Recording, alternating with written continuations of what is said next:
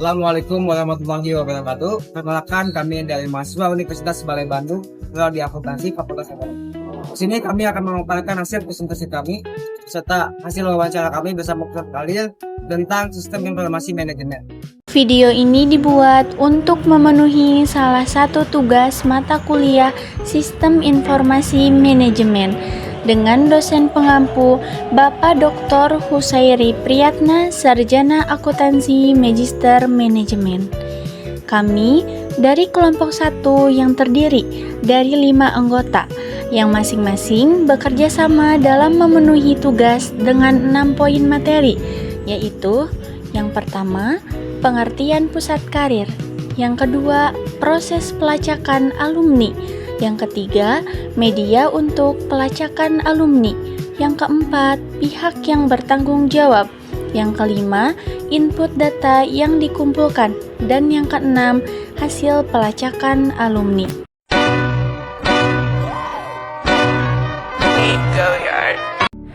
Sebelum kami masuk ke pembahasan lebih lanjut, izinkan kami memperkenalkan terlebih dahulu.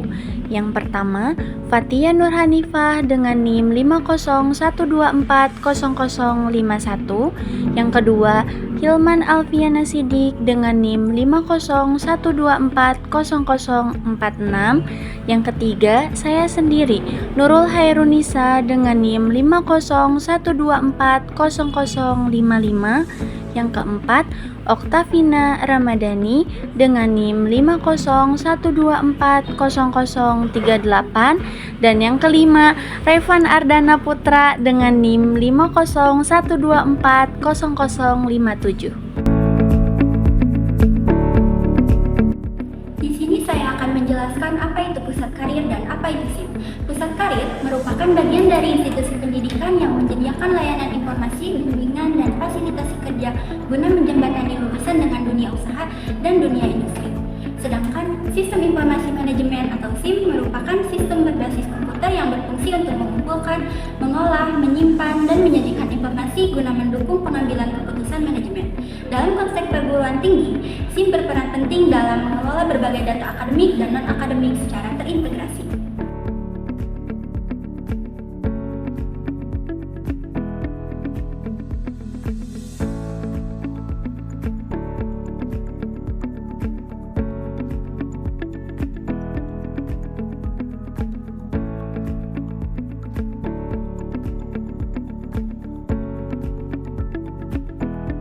Yang pertama, bagaimana proses pelacakan yang dilakukan pusat karir untuk mengetahui alumni itu telah bekerja, belum bekerja, atau masih menganggur.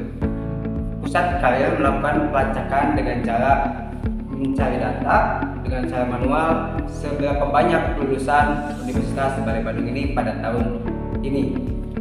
Setelah ditemukan datanya, dibagi-bagi per prodi, prodi A berapa, prodi B berapa, prodi C berapa. Setelah itu, mereka menghubungi alumni tersebut dengan nomor kontak yang tersedia pada saat daftar di Universitas Balai Bandung ini. Jikalau ada yang tidak bisa menghubungi atau tidak bisa dihubungi, nomornya tidak aktif ataupun tidak membalas, maka itu akan didiskusikan kepada prodi atau fakultasnya masing-masing.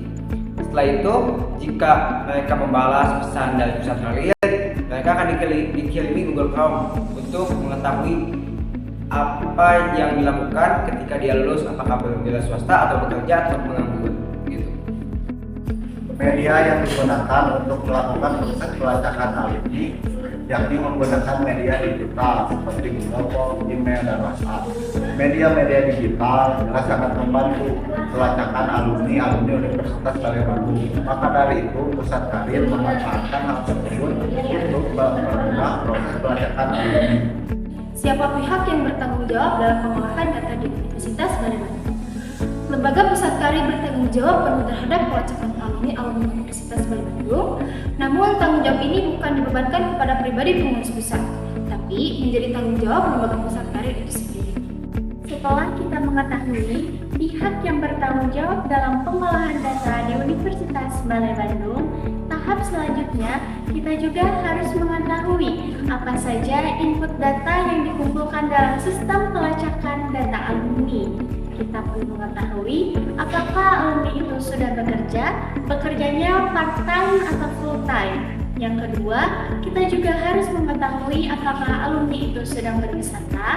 Lanjut, yang ketiga, apakah alumni itu sedang mencari kerja atau belum memungkinkan bekerja atau tidak bekerja sama sekali. Nah, tadi kita sudah mengetahui dan membahas apa saja input data yang dikumpulkan dalam pelacakan alumni ini. Lalu, kita akan mencari tahu bagaimana hasil dari pelacakan alumni ini, apakah akan meningkatkan program studi ataupun kurikulum. Nah, kita akan membahas 3 poin.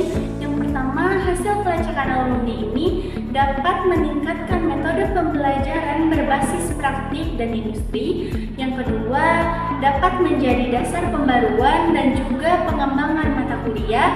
Lalu yang ketiga akan menjadi pendukung akreditasi. Jadi, yang dapat disimpulkan dari hasil pelacakan alumni ini dapat digunakan sebagai bahan evaluasi dan juga perbaikan kurikulum agar lulusan lebih relevan dan juga berdaya saing. Berikut adalah penjelasan mengenai prosedur tertiary study alumni Universitas Balai Bandung oleh Pusat Karir. Proses ini dirancang untuk memastikan setiap lulusan terpantau dengan baik dalam dunia kerja. Bagian 1, persiapan data. Tahap pertama dimulai dengan pengumpulan data. Pusat Karir akan mencari data jumlah lulusan alumni Universitas Balai Bandung secara keseluruhan. Setelah itu, data akan dikelompokkan atau dibagi berdasarkan program studi masing-masing. Langkah selanjutnya, petugas akan mulai menghubungi nomor kontak alumni yang sudah terdaftar dalam sistem. Bagian 2, proses verifikasi atau logika percabangan. Dalam proses menghubungi alumni, terdapat 2 kemungkinan. Yang pertama, jika alumni dapat dihubungi, petugas akan langsung mengarahkan mereka untuk mengisi kuesioner melalui Google Form yang telah disediakan. Yang kedua, jika alumni tidak dapat dihubungi, jangan khawatir karena Pusat Karir akan meminta bantuan kepada pihak fakultas atau program studi terkait. Setelah nomor kontak terbaru didapatkan, petugas akan menghubungi kembali alumni tersebut dan meminta mereka mengisi Google Form. Bagian 3, pelaporan dan penutup.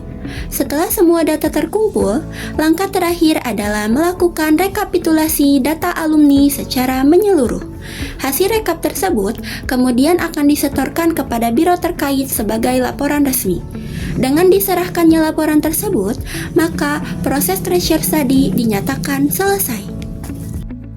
Kesimpulannya, jadi penerapan sistem informasi manajemen pada pelacakan alumni Universitas Balai Bandung bukan sekedar tren teknologi, melainkan kebutuhan fundamental untuk menjamin kualitas pendidikan yang berkelanjutan. Efektivitas sistem ini sangat bergantung pada kemudahan antar bagi alumni dan komitmen institusi dalam mengolah data tersebut menjadi kebijakan tetap. Data alumni itu kayak mantan loh. Kalau kita gak tracking secara sistematis, kita gak akan tahu kalau mereka sudah sesukses itu. Don't lose touch.